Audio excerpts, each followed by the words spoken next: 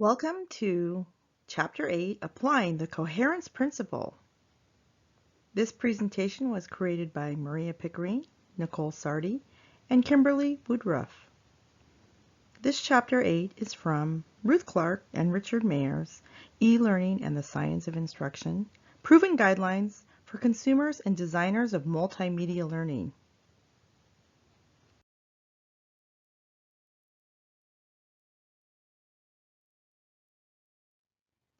The Coherence Principle highlights the importance of keeping e-learning content concise and including only content that directly contributes to the educational objective.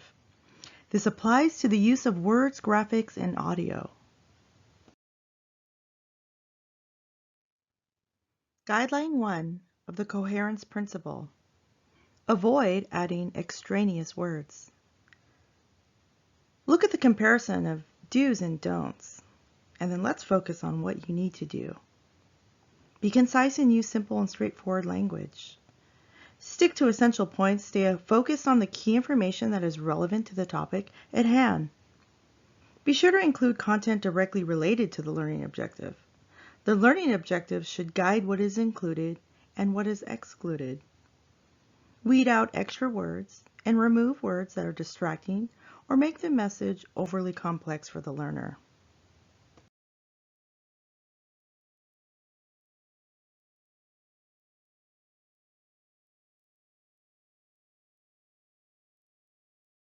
Why should extraneous text be avoided? Doing so helps the viewer remember that information. Clark and Mayer point out prior research which showed that students who read an entire passage scored lower on transfer tests than students who read a summary of the text.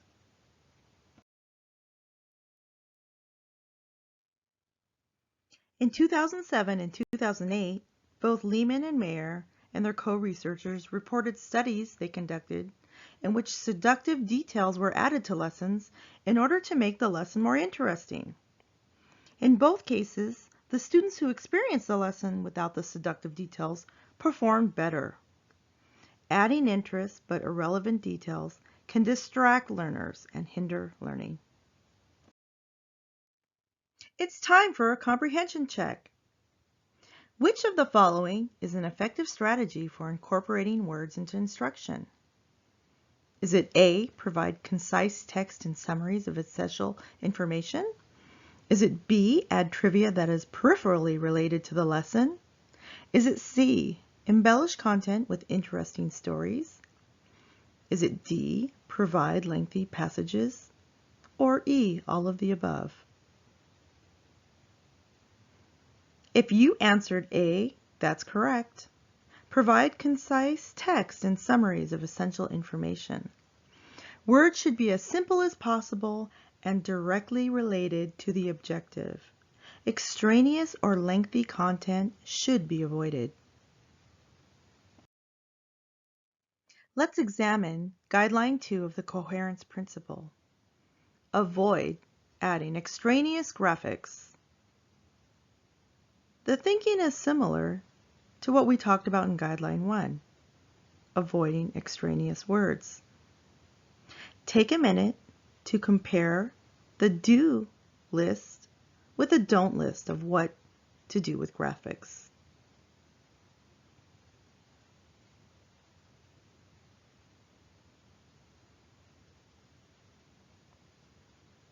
Extraneous graphics are visuals that aren't necessary or that don't help students grasp the content.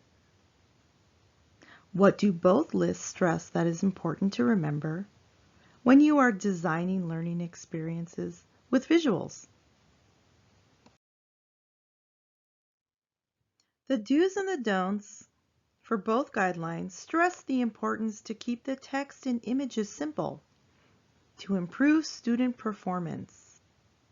When researchers reviewed science and mathematics textbooks, they found that most illustrations were found to be irrelevant to the main theme of the accompanying lesson.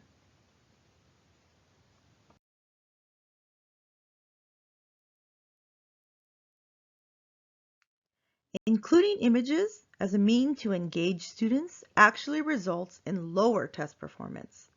rather than helping them learn the material.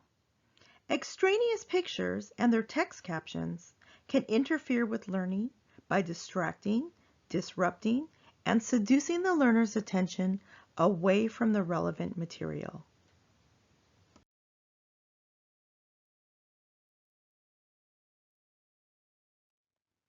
The cognitive theory of multimedia learning is based on what we know about the brain and learning. Multimedia design should support cognitive processes without overloading limited dual processes for visual and auditory processing. It is important to simplify graphics, schematics, and limit unnecessary visuals to prevent overload.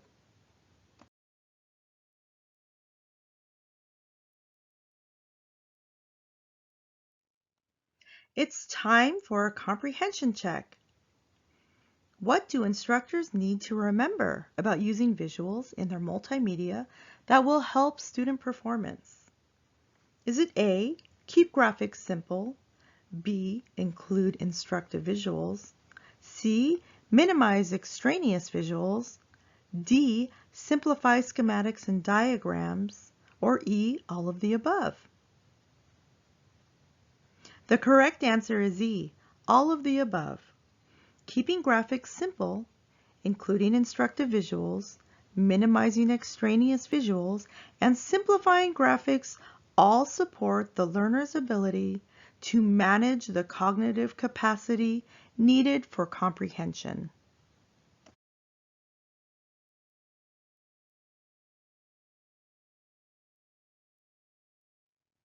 Finally, let's examine Guideline 3 of the Coherence Principle. Avoid adding extraneous sounds. Take a look at both what to do in a multimedia presentation or online learning and what not to do.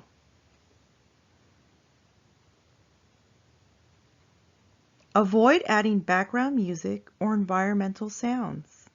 Extraneous sounds are especially problematic in learning situations that require heavy cognitive load.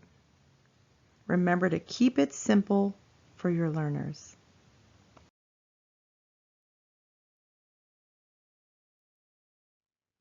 Ransdell and Gilroy studied college students who listened to music while writing essays. They found students considerably slowed their production rate in order to maintain a high quality of work when listening to background music.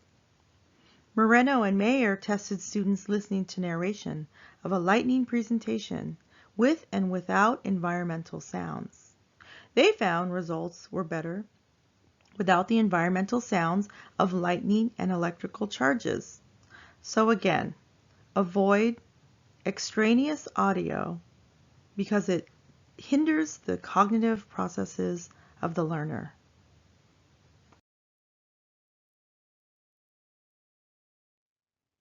We've looked at what to do and what not to do when thinking about the coherence principle and creating multimedia. Let's take a look at an example of what to do. This is an example supporting the guidelines we reviewed earlier. Simple instructional graphics are used to demonstrate the difference in radiation levels for two types of radiation treatments. Notice that concise text is displayed adjacent to each graphic to label what the graphic represents. A color key in the center of the screen makes it easy to understand what level of radiation each color indicates. As the screen is displayed, audio narration explains in more detail what is being demonstrated by the graphics. By having the graphics for two types of radiation displayed side by side rather than on separate screens, it is easy for the learner to visually compare the levels of radiation for each treatment type.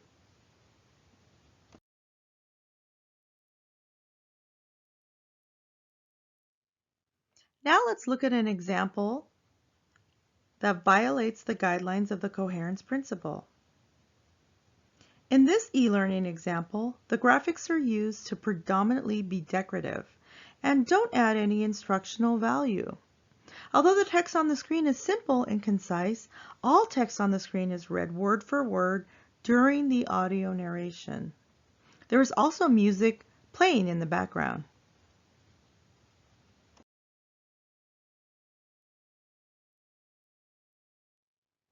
Now that you're aware of all three guidelines of the Coherence Principle, let's do a final review.